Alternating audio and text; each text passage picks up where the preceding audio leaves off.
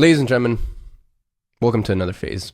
By the end of this phase, you will put the Belfort boys to shame. You know those schmucks who are able to take any random civilian and by the end have them investing their life savings into penny stocks. That is nothing compared to what you're going to learn in this phase. Not really. In this phase, I'm going to teach you agency-specific sales, and this is coming from someone with 5 years of experience, someone who has done it all. The face-to-face, in-person meetings with local clients, all the way to the very hard, stringent one-call close script with this psychological trick and this psychological trick, and you can't veer off the script, and it literally feels like you're not even fucking talking to a human. I've done it all, and I've really, really refined the process over the space of the last, as I said, 5 years. And what you are going to get here today is the best sales training out there, specific for agency owners that are dealing with other business owners, real humans. And at the end of this phase, I'm actually going to give you a module from CPA. In there, we've got something called the Vault, which is like 15 hours of over-the-shoulder footage, literally from like the demo call with Danny, sales call with me, all the way to onboarding call, and then also a breakdown, over-the-shoulder ad walkthrough of how we got all those clients the results. There's clients in there that we're literally doing $1 million, $1.5 million return on ad spend for. So with all of that being said, let's get into phase 5.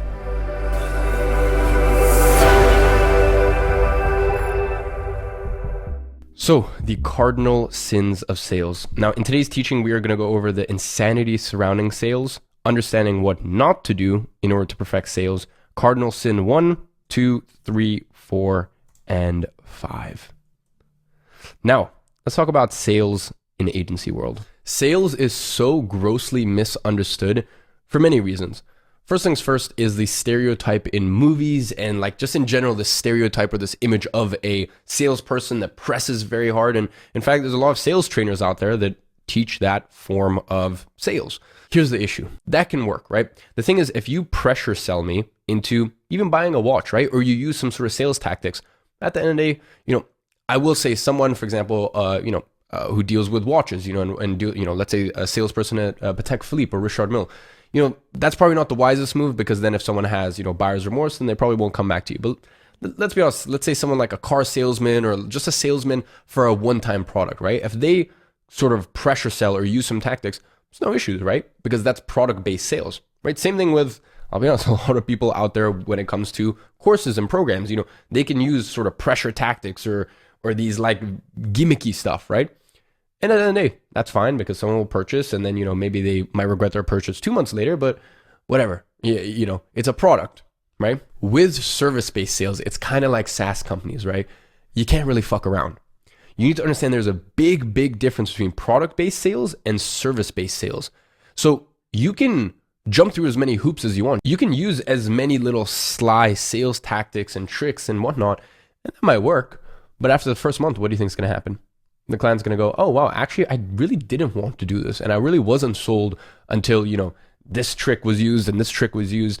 And the thing is, in service-based sales, look, as much as, as solid of a contract as we have, at the end of the day, they can call their credit card company anytime they want and just go block this payment.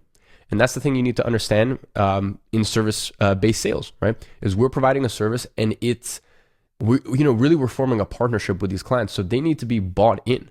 And, this is stuff I'll be talking about in detail going forward. But this is really the big thing that you really need to internalize before we move on to the rest of this phase, is there's a big difference between product-based sales and service-based sales. And ladies and gentlemen, I'll give you, apologies if this is a little bit crass, but I'll just give you a very honest example. Product-based sales is like sleeping with someone, right? At the end of the day, a guy can convince a girl for one night that he's, used some sort of tricks and tactics to make himself seem, more commanding or more confident or this or, whatever way he wants to present himself. But at the end of the day, a lot of guys who can sleep with a lot of women, they can't get really high quality girls into relationships. And by the way, also vice versa, for girls and guys, because at the end of the day, a relationship is a long-term thing. And, product-based sales is like, okay, I can do some, I can be a dancing monkey, or I can try this little trick or tactic, and, it might work. And as I said, for product-based sales, that works a lot of the time. Whereas in service-based sales, You can do that, but then very quickly, because it's an ongoing thing, someone will realize, hey, this person or this person's service is not what I thought they were, right? So that's why when it comes to objection handling, this is the funniest thing when I see so many people are like, when so many people are so fixated on how do I handle objections when it comes to agency-based sales. And it's like, for me, I'll maybe handle one, maybe two objections, but if a person is still ruminating on all the reasons it can't work, and by the way, we're going to get into this later down the line, there's a big difference between objection handling and logistics handling, right? Logistics handling is, hey, there's this impediment. How do we make this work? Objection handling is, I'm not bought in. Tell me why I should be bought in, right? Logistics handling, I'll handle all day. As many issues that we need to iron out, because that's someone who has an intention to move forward. Logistics handling is, they're not interested. They don't see the value. And the thing is, there is no point if in that point in time, they don't see the value. There's no point, doing objection handling after objection handling after objection handling, because a month later, they're just going to fall back to the same opinion they had of the service, and they're just going to fall back into those same objections. The other thing you need to understand is that product-based sales is mainly about price and features, okay? How much does it cost, and what features do I get from it, okay? Maybe it costs more, but maybe I get better features. Usually, that's the way the product-based sales works. Unless we're talking, ultra high end, where, when you get into luxury market, it's not really about that anymore. When it comes to service-based sales, it's about quality, right? You need to understand that people, when they're going to a specialist doctor, or when they're going to a specialist therapist, right? Or they're going to anyone who's a specialist, in the same way our agency is positioned. We are a specialist with our niche. They don't look at price anymore. It's a factor, but the main thing that they're looking at is quality, because they understand that it is 100x difference between one service-based business and the other when it comes to the care, attention, and also results that you're going to get. So next thought that I want to leave you with is, with service-based sales, we have to be very honest about whether we can do what we say we can do, right? And if we're still 50-50, then we also have to be honest about that. It's so funny. One of my best sales tactics, and anyone who's in CPA and has seen the 15 hours of breakdowns that I've done, and you've seen me absolutely kill sales calls, out of like 12 case studies, you see me close clients like that, and then you see me when I'm a little shaky, and I've literally shown that on purpose so that way you can see what it's like when I'm not on point, right? When maybe I've just come back from a trip, I'm feeling a little tired, a little sleepy, or just maybe I've just been a little stale. Maybe that month we haven't had many sales calls, so I'm just feeling a little rusty. And I've shown you ones, as I said, where I'm very on point, and I've shown you ones where also I tell the client, my favorite sales tactic is just telling the client why I hold the position that I do, and just being very honest and just being like, hey, I'm 50-50 on this for this reason. And I think, I have 70% certainty that we can get you results, but I also have 30% certainty that, it may not happen. Now, my agency, that's fine because the guarantees that we have. But as I talked about in the pricing modules, that's not something I recommend when you first start out.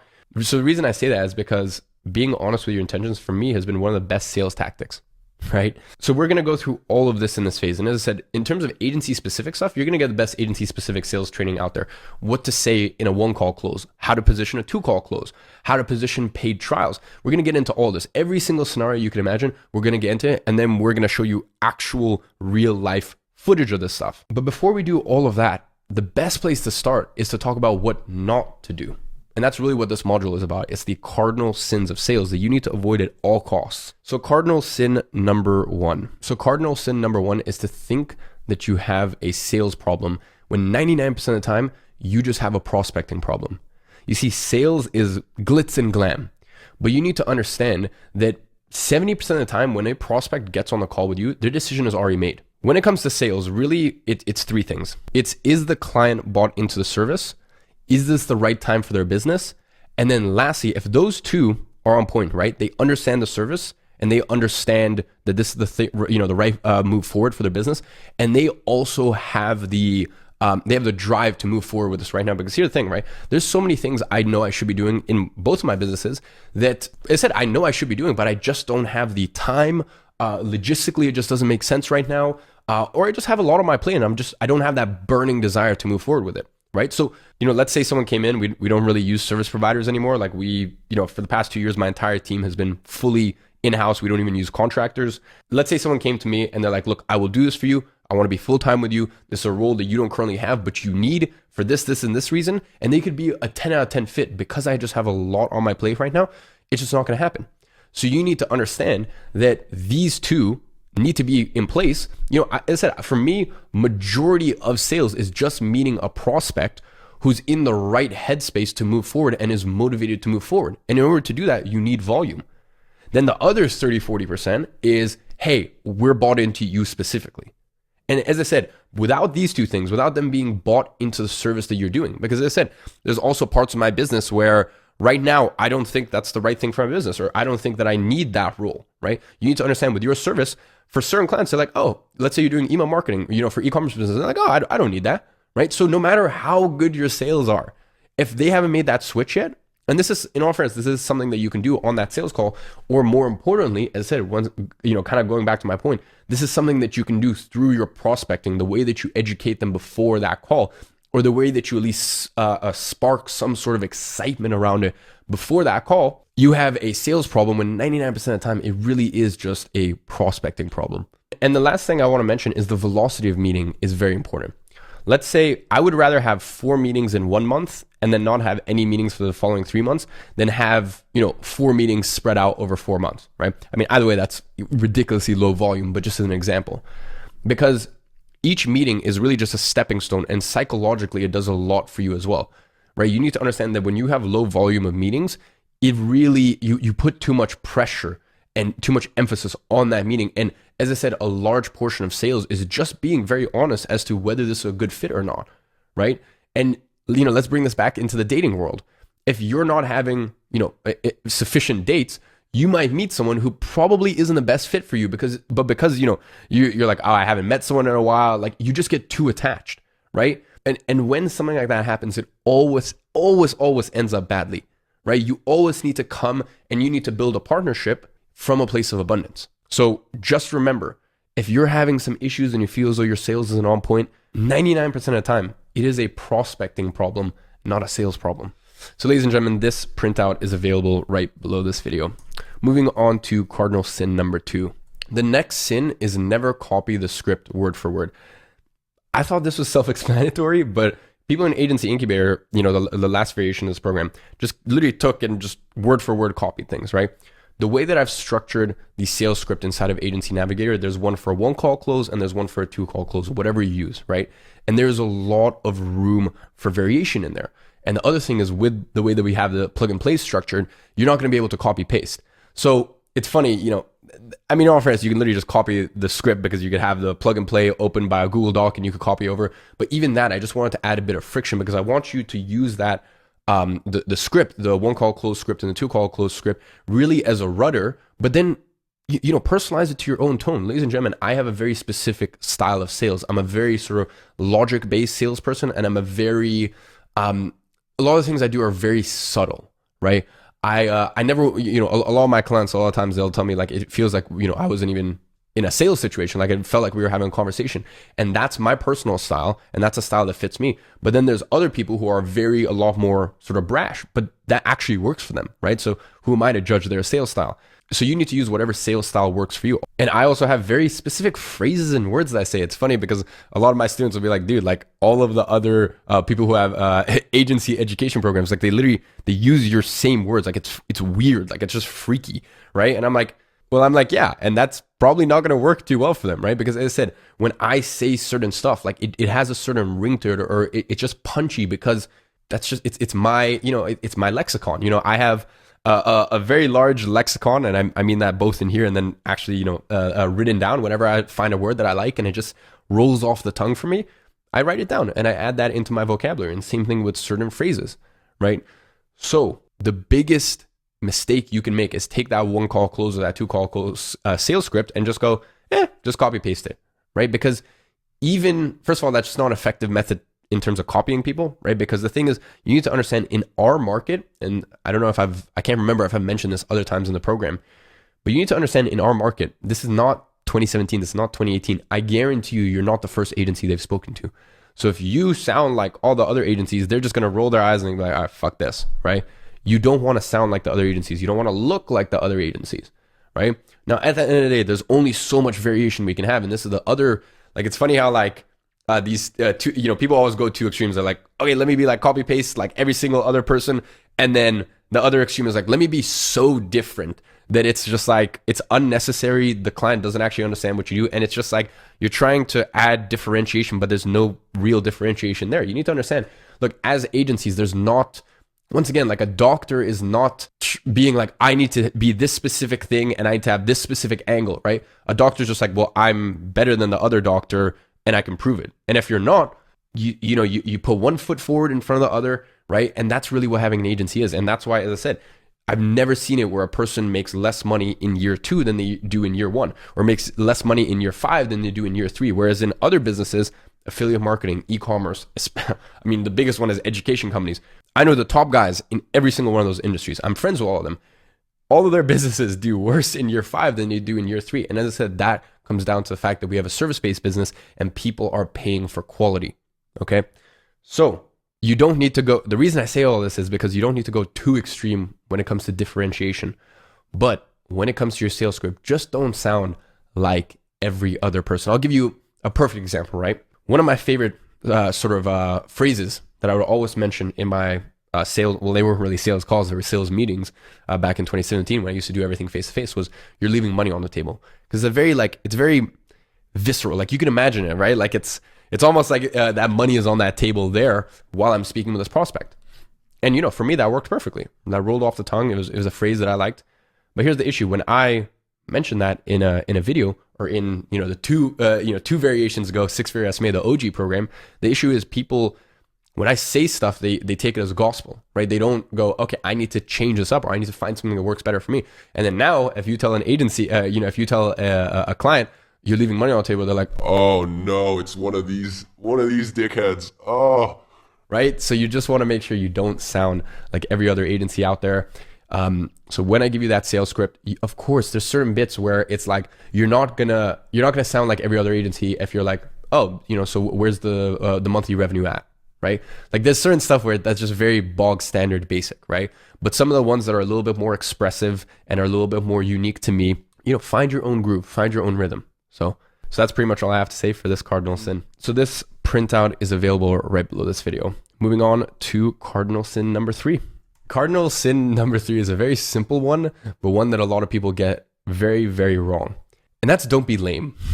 You can smell an agency owner from a mile away with the way that they conduct themselves. And this sort of feeds into one of the other cardinal sins we'll talk about in just a second. But really all I can say is, the best of your abilities, try to leave the markety/sales jargon at the door. Just think of it as you're having a conversation from one business owner to the other business owner. And by the way, that's actually something that I used to say a lot in 2017, but don't say that. Don't be like, oh, just from one business owner to the other business owner, right? Like anything that just sounds like it's inauthentic. I guess the biggest thing is don't be inauthentic. Try to be as authentic as you possibly can. Let me give you an example. If you don't have for example, like at my agency, like we genuinely have a maximum capacity. We worked very hard over the space of the last 3 years to take our maximum capacity from 8 to where it is now at 20, right? And we brought on multiple more performance marketers in order to accommodate that. So with us, if it gets to a situation where we're at like 20 and we have a client that wants to join, like I have to think like, am I willing to bring this person on and reduce quality for our other clients? But if you're at a stage right now where you don't have any clients, don't talk to clients about how selective you are when you're not, right? Let's be entirely honest, right? You kind of take on any client at this point. And you'd think that kind of, and by the way, you don't need to tell the client like, hey, look, like, heads up, I would take on any client right now. You just don't mention it, right? Like, and as I said, that authenticity, it just shines through. And by the way, I fell trapped to this in 2018. I used it all the time.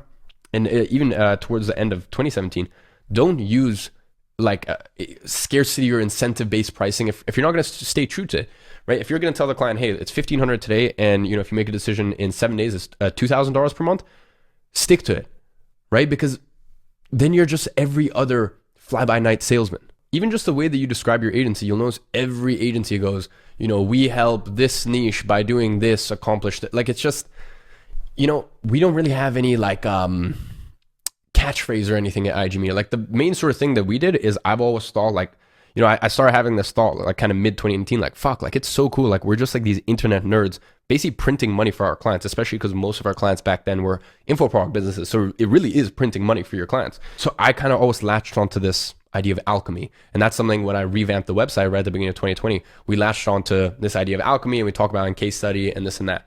So with us, we kind of have like a bit of an identity.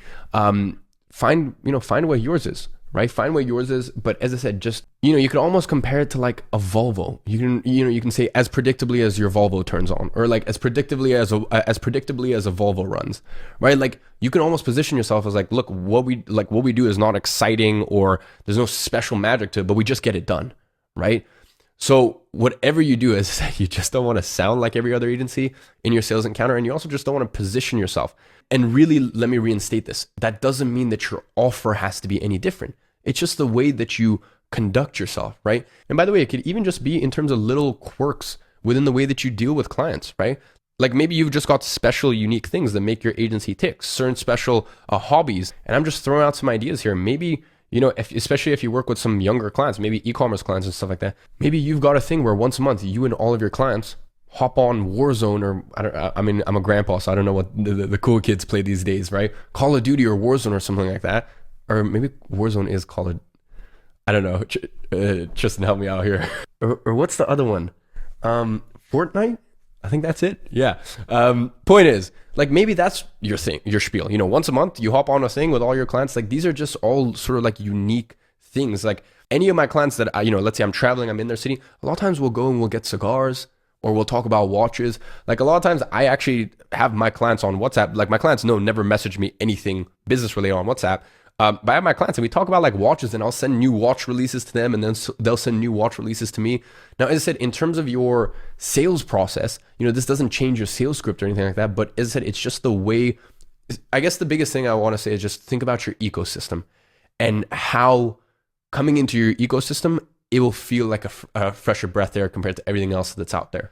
So this is available for printout. And it's so funny how many people just get this wrong. And this can be in pretty much every industry I've seen, to be honest. So yeah, you'll be so ahead of your competition if you just don't be lame.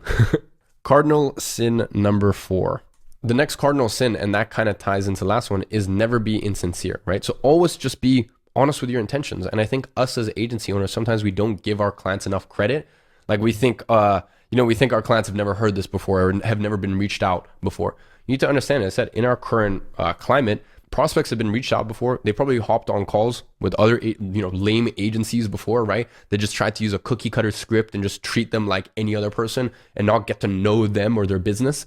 And, for that reason, a big thing that I see is just be honest and sincere as to like what you like about their brand. And if there's nothing special that you like about it, for me, just don't say it. Like, as I said, this doesn't mean that you need to only sign clients that you're passionate about or this, that. Because some of my clients, like, honestly, they're just like, I understand the mechanics of their business, but I don't really understand their business, or it doesn't really like excite me. But then some clients that we have, I'm like, holy shit, this is like the coolest thing ever. Oh, by the way, this and this and this. And I actually have a product that's really similar to it. Or it's funny, I've even had clients of mine that like, I know my mom would love that product and I mentioned that. And it's just like very, as I said, it's just very sincere. And if there's a client where like, I can't use their product, or I don't really vibe with it, but I love the business, or I understand the mechanics of the business and the business is very promising, then I just won't mention it, right? Because for me to say it would be just very insincere.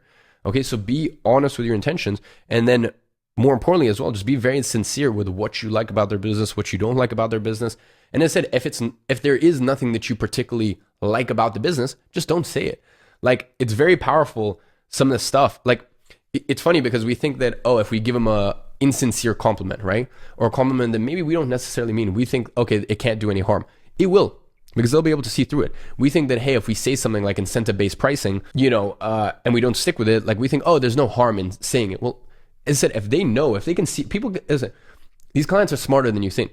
They can see it in your eyes whether you mean it, right? They can see in your eyes whether there's an empty threat. They can sense it in your tonality, okay? So with that being said, it's not a situation where like, I'll do it and there's no downside. It's like, no, you will shoot yourself in the foot if you give an insincere compliment. And there's actually, as I said, if there's actually nothing you like about their business, or you will shoot yourself in the foot if you give them incentive-based pricing, but they know you're not going to actually hold them to it. So as I said, there's a lot of power in just not, like, if you don't mean something, just don't say it, and it will never hurt you, right? Whereas on the other hand, if you say something and you don't mean it, it will actually take you 2 steps backwards. Another thing that's really awesome about being sincere about your intentions is just really stops you from, signing the wrong clients. So ladies and gentlemen, be honest with your intentions and give clients more credit. They're smarter than you think.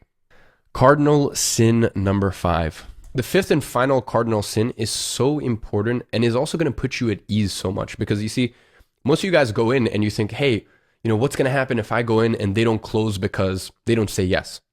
When instead you should be thinking, what'll happen if I go in and they don't close because I don't say yes? Just going into the call with the mentality that they may not be the ideal prospect. Like, look, I am here for you, right? I'm your mentor. I don't take this lightly, and I will be very honest with you, right? And I mean, I've been very honest with you thus far, and I'll call you out on your mental bullshit, right? And I'll call you out on like, hey, like it's not all roses and fairy dust and this and that. But this is one of those where like I'm not, I'm really not trying to hype you up and being like, oh, what if you don't say yes, right? Like, what if they're not able to close you? That's not what I'm saying here. What I'm saying here is just take a deep breath, have less anxiety going into the call, because as I said, why have so much anxiety and like stress about the sales call when you might get on and you might go, actually, you know what, they're not a good fit, right? And that's the biggest thing you need to understand is you should not be making an offer to every prospect. In fact, when you first start your agency, you probably shouldn't be making a offer to 50% of prospects, right? You should only, like when you get on a sales call, you should only be making an offer to 50% of prospects. And then also that changes the law when it comes to your closing percentage, because, it doesn't matter what your closing percentage is. It matters what's your closing percentage in accordance to the amount of offers that you made. Because, if you just, if you've had some tough luck with prospecting, you just haven't gotten the right sort of prospects on the phone with you, then, it's a poor reflection, and it's also like a poor understanding of your sales skills if then you're like, oh, my closing percentage is only 10%. And out of all of those prospects that have got on, let's say you had 10 sales calls and only one client closed. Let's say out of those 10 prospects that you had on a sales call, you only made an offer to 4 because the other 6 were just not at the right stage in their business, or it just wasn't a right fit, or maybe the niche was just kind of worked for you but kind of didn't. So you only made an offer to 4 prospects and then one said yes. That's the difference between a 25% closing rate, which is very healthy, and a 10% closing rate, which, you feel terrible about and you think you're a terrible salesperson and this and that, when it wasn't a sales issue, it was a prospecting issue. Even at my stage, we get around, on average, anywhere from 20 to 30, sometimes 35, but usually around 25 demos per month, right? And that's 15-minute demos that Danny speaks to. From there, he'll only book in 8 to 10 discovery calls. For me, some months I close 1, some months I close 4. It kind of swings, right? It's never really consistent. But if you take it over the space of a year, we usually bring on 2 new clients a month. So if I'm speaking to 8 to 10 prospects on a discovery call, my closing percentage is only 20 to 25%. Now, it could be way higher than that, but in my agency, because we have such a specific client avatar and because of the way that we construct our deals, I have to be very picky, right? And then if you look at the amount of demos that we've had, right? 25 demos, and we only bring on average 2 clients a month. Technically, that's a horrible conversion rate. But as I said, myself and my team know that we should not be making an offer to everyone. And I only look at what is my closing percentage of people that I make offers to. And if I look at that, my closing percentage is like 80%, right? But bear in mind, there's been such a big filtration process that by the time, if I make an offer, it really is because it's a no-brainer for myself and it's a no-brainer for the client. So look, as I said, really just to put your mind at ease, especially when you're first starting, you should only be making an offer to probably 50% of prospects. Okay, so understand that if you have 8 sales calls a month, understand that you'll only probably 4 of those will be prospects that you can actually make an offer to. And that's okay. That's part of the process. So ladies and gentlemen, this is available for download right below. You shouldn't make an offer to everyone. So today's action step is just go ahead and skim through the group and just give some words of encouragement to the GYA community. Anyone's win, anyone's sort of general post, anyone's welcome post. Ladies and gentlemen, I'm probably the biggest thing I'm proud of with Gradiency, of course, is the Sturm results and this and that. But just as well, how many actual real life in-person friendships have come from the Gradiency community. So ladies and gents, that is pretty much about it for today's module. I hope you guys enjoyed. I'll see you in the next one.